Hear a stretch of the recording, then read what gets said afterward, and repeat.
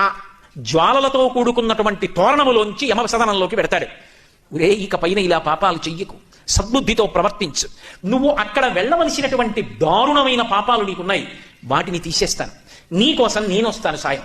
ఇక్కడ నా ఆలయం ముందే జ్వాలాతోరణం జరుగుతుంది, అక్కడ ఏ మంటల తోరణం కింద, చిచ్చు తోరణం కింద నుంచి వెళ్ళాలో అక్కడ నేను నీకు సాయం వస్తాను, దా నేను ముందు పెడతాను, నువ్వు నా వెంటరా.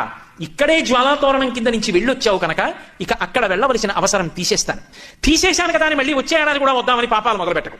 బుద్ధి మార్చుకొని, నేను ఇంత నీకు అనుగ్రహించాను కాబట్టి నా అనుగ్రహాన్ని గుర్తు పెట్టుకుని ప్రేమతో నేను చెప్పినట్టు బ్రతుకు పైన.